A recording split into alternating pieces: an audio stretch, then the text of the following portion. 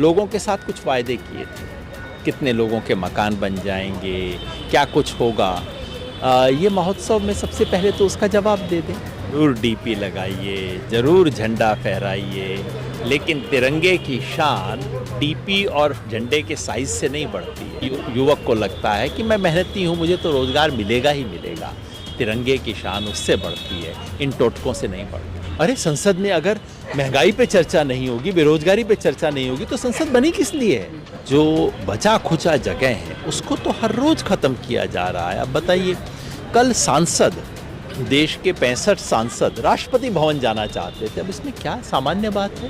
सेना के खिलाफ है, जो किसान के खिलाफ है, जो बेरोजगार जवान के खिलाफ है। हमने तय किया है कि 7 से 14 अगस्त तक जगह जगह पे जय जवान जय किसान सम्मेलन होंगे। नमस्कार, आप देख रहे हैं फोरम 4। हमारे साथ हैं योगेंद्र यादव, जो कि किसान आंदोलन से जुड़े रहे हैं। सर, अभी आप लोगों की जो प्रेस कॉन्फ्रेंस हुई है, उसमें क्या अनाउंसमेंट आप लोगों की तरफ से की गई हैं और क्या कुछ पूरा आप इसको लेकर के करने वाले हैं? पहली बार देश के इतिहास में 3 ताकतें इकट्ठी हुई हैं। किसान, जवान यानी कि एक्स सर्विसमैन, और जवान यानी कि नवयुवक इकट्ठे हुए हैं अग्निपथ के सवाल पे, इकट्ठे हुए हैं इस योजना का विरोध करने के लिए, जो कि राष्ट्रीय सुरक्षा के खिलाफ है, जो सेना के खिलाफ है, जो किसान के खिलाफ है, जो बेरोजगार जवान के खिलाफ है। हमने तय किया है कि 7 से 14 अगस्त तक जगह जगह पे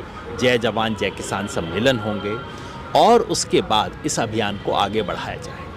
लेकिन सर, किसानों का एक अलग वर्ग है और युवाओं का मतलब जो युवा जो पढ़ रहे हैं, जो परीक्षा दे रहे हैं, उनका एक अलग वर्ग है। कैसे एक बैनर तले किसी मंच के अंतर्गत करेंगे ये एकजुट, या फिर कैसे ये संभव हो पाएगा? यही कठिन काम हमने शुरू किया है और बहुत हमें खुशी हुई। जब किसानों का संघर्ष हो रहा था तो तमाम युवा संगठनों ने आके हमारी मदद की थी, हमारे साथ आके खड़े हो गए थे। और OROP वाला जो किसानों का जवानों का संघर्ष है, उन्होंने हमें सपोर्ट अपना दिया था। आज जब जवानों पे बन पड़ी है तो किसान उनके साथ खड़े हुए हैं। किसान आंदोलन ने बिना हिचक के एक स्वर में कहा कि ये जो योजना है ये सिर्फ जवानों पे हमला नहीं है, ये तो हमारे पेट पे लात है, किसान के पेट पे लात है, किसान इसके साथ खड़े होंगे। और एक्स सर्विसमैन का जो सबसे बड़ा संगठन इस देश में है वो हमारे साथ आया है, तो हम सब लोग मिलकर इसको सरअंजाम देंगे। और एक बार जब सड़क पे निकल चलते हैं ना, फिर बहुत लोग साथ में जुड़ जाते हैं। इसमें और क्या क्या मुद्दे हैं? जैसे आप लोगों के MSP का मुद्दा था, वो अभी तक अभी कुछ हुआ नहीं, उसमें ठोस कदम नहीं उठाए गए। कमेटी बना दी गई लेकिन आप लोग उसको बाइकआउट कर रहे हैं। क्या कुछ कहेंगे कि कैसे और मुद्दों को मिला करके इससे लड़ेंगे? देखिए, MSP की लड़ाई किसान आंदोलन की लड़ाई है, उसको मैं एक्स सर्विसमैन और दूसरों से नहीं जोड़ता। उनके साथ जो हमारा जॉइंट मोर्चा बना है वो केवल और केवल अग्निपथ के सवाल पे है।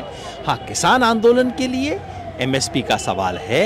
हम एक राष्ट्रव्यापी मोर्चा इस पे बना रहे हैं और इस संघर्ष के लिए हम अक्टूबर नवंबर में, जो कि अगला मौका होता है, मार्केटिंग सीज़न आता है, तब तक हम तैयार करके राष्ट्रव्यापी एक अभियान इस पे शुरू करेंगे। लेकिन इसको लेकर के अभी जैसे परीक्षाएं आयोजित की जा रही हैं, सब भर्तियां शुरू हो गई हैं, तो इन चीज़ों को लेकर के क्या कहेंगे? परीक्षा का बहिष्कार तो नहीं हुआ और ऐसे नहीं, हम करना नहीं चाहते। देखिए, जो बेचारा जवान है, ज़िंदगी भर तैयारी कर रहा है, उसका परिवार सोच रहा है कि अच्छा लड़के को नौकरी मिल जाएगी तो लड़की बहन की शादी हो जाएगी, उसको हम कहें कि तू भर्ती का बहिष्कार कर दे, कैसे कह सकते हैं? हमारे पास क्या है दूसरा देने को? तो हम भर्ती के बहिष्कार की कोई कॉल नहीं दे रहे हैं। हम कह रहे हैं कि देश के, क्योंकि भर्ती की उम्र के बाद भी नौजवान हैं, तो देश के तमाम नौजवानों को और उनको कह रहे हैं, जहां भर्ती का मौका मिले, 4 साल छोड़िए, 4 महीने की भर्ती भी मिलती है, ज़रूर लीजिए, क्यों नहीं ले, लेकिन साथ साथ में अन्याय के खिलाफ संघर्ष भी कीजिए। तो क्या युवा आ सकने में सक्षम है? क्योंकि युवा वर्ग जो है वो अपने पैसे खुद नहीं कमा सकता, वो परिवार से ही लेता है, और इस समय महंगाई बेरोजगारी का भी मुद्दा है। कठिन है, युवाओं के लिए आना कठिन है। इसीलिए किसान और जवान दोनों ने आके एक तरह से अपना छतरी दी है उनको, ताकि युवा इसके साथ जुड़ सकें, ताकि युवा इसके साथ आगे आ सकें। कल सर हमने देखा विपक्ष ने महंगाई और बेरोजगारी के मुद्दे पर घेरने की कोशिश की। एक तरफ ईडी तमाम तरीके से विपक्ष को दबाने की कोशिश कर रही है, ये कहा जा रहा है। क्या कुछ आप इस पर क्या कहना चाहेंगे? देश में लोकतंत्र की जो बचा खुचा जगह है उसको तो हर रोज ख़त्म किया जा रहा है। अब बताइए, कल सांसद, देश के 65 सांसद राष्ट्रपति भवन जाना चाहते थे। अब इसमें क्या सामान्य बात है? देश में 100 बार होती होगी हर साल में।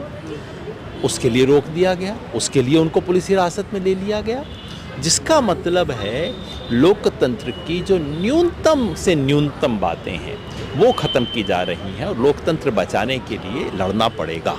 संसद में चर्चा होनी चाहिए थी इन सब मुद्दों को लेकर के।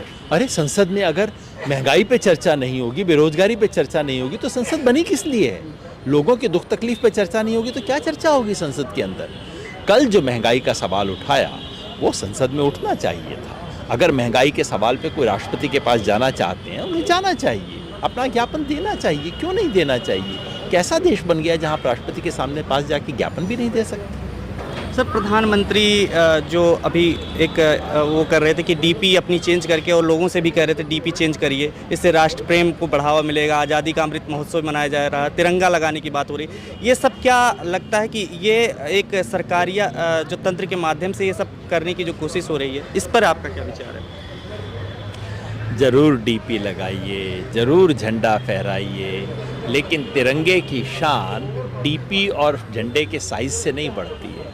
तिरंगे की शान तब बढ़ती है जब इस देश में किसी भी औरत को ये महसूस ना हो कि मेरे पास पहनने को कपड़ा नहीं। जब इस देश में हर भूखे के पेट में खाना होता है। जब इस देश में हर मेहनती युवक को लगता है कि मैं मेहनती हूँ, मुझे तो रोज़गार मिलेगा ही मिलेगा। तिरंगे की शान उससे बढ़ती है, इन टोटकों से नहीं बढ़ती। नहीं सर, महंगाई बेरोजगारी पे प्रधानमंत्री जी जिस तरीके से बोलते थे, पहले भाषणों का जिक्र होता है, सोशल मीडिया भी वायरल हो रहे हैं, तो अब उस तरीके से इन पर बिल्कुल बात नहीं हो रही। अब सिर्फ आज़ादी के अमृत महोत्सव की बात हो रही है। तो ये महोत्सव क्या किस चीज़ का बनाएंगे? कि एक कहा जा रहा था घर बना के देंगे, उसमें घर में तमाम चीज़ें होंगी, तमाम सुविधाएं होंगी, वो सारे इससे भी कनेक्ट करते हैं मुद्दों से। प्रधानमंत्री ने आज़ादी के 75वें दिवस तक लोगों के साथ कुछ वायदे किए थे। कितने लोगों के मकान बन जाएंगे, क्या कुछ होगा। ये महोत्सव में सबसे पहले तो उसका जवाब दे दें। क्या वो वायदे पूरे हो गए?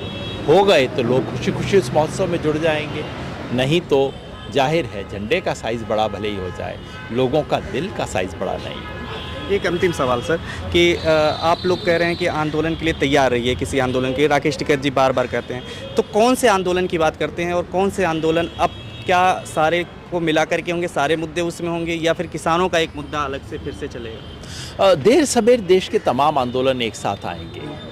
किसान का आंदोलन अपनी जगह है, बेरोजगार नौजवानों का आंदोलन अपनी जगह है। अब नागपुर से पैदल चले आ रहे हैं एसएससी वाले नौजवान और महिलाएं आ रही हैं, मगर एक दिन ये सब संघर्ष जुड़ेंगे, क्योंकि ये जो व्यवस्था है जो इस तरह की परिस्थिति पैदा कर रही है और झूठ पैदा कर रही है, उस व्यवस्था को चुनौती देना अब तो लाजिमी हो गया है और ये जल्दी ही होने वाला है। सर, अपना समय देने के लिए शुक्रिया। खबरों में बने रहने के लिए फोरम 4 को सब्सक्राइब करें और नोटिफिकेशन पाने के लिए बेल आइकन दबाएं।